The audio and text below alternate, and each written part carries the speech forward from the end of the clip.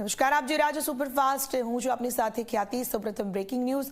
સુરતમાં ઇન્કમટેક્સ વિભાગે દરોડા પાડ્યા છે. ડાયમંડ ઉદ્યોગ સાથે જોડાયેલા વેપારીઓને ત્યાં કાર્યવાહી હાથ ધરાઈ છે. 30 સ્થળો પર દરોડાની કાર્યવાહી કરવામાં આવી રહી છે. તો ડાયમંડ ઉદ્યોગ સાથે જોડાયેલા વેપારીઓ પર કાર્યવાહી. સુરતથી સમાચાર. સુરતમાં ઇન્કમટેક્સ વિભાગના દરોડા. તેજસ જોડાયા છે અમારી સાથે ફોન લાઈન પર. તેજસ, 30થી વધુ સ્થળો પર દરોડાની કામગીરી હાથ ધરાઈ છે. શું છે વધુ વિગત?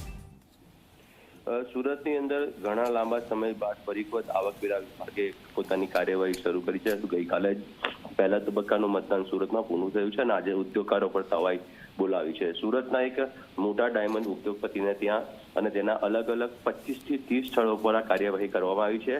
હાલ આ કાર્યવાહી ચાલી રહી છે.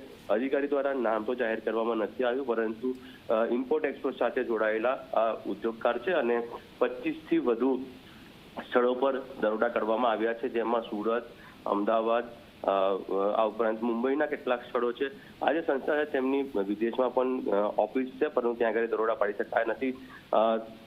આજે થોડાક સમય પહેલા જ આ દરોડાની કાર્યવાહી હાથ ધરવામાં આવી છે, એટલે હજુ થોડી વિગતો મળતા વાર લાગશે, પરંતુ ખૂબ લાંબા સમય બાદ આવકવેરા વિભાગે આ પ્રકારે કાર્યવાહી કરી છે અને ડાયમંડ ઉદ્યોગને સીધો નિશાના પર લીધો છે. જોવાનું એ છે કે બપોર બાદ અધિકારી તરફથી શું વધારે માહિતી આપવામાં આવે છે, પરંતુ જરૂરથી કહી શકાય કે ડાયમંડ ઉદ્યોગમાં આ પ્રકારના દરોડાથી ફફડાટનો માહોલ છે, કારણ કે અત્યારે ખૂબ મંદીનો સમય ચાલી રહ્યો છે. લગભગ 40% ધંધો રોજગાર ડાઉન થયો છે, ખાસ કરીને નેચરલ ડાયમંડની અંદર, અને તેવા સમયે જ્યારે દરોડા પાડવામાં આવ્યા છે.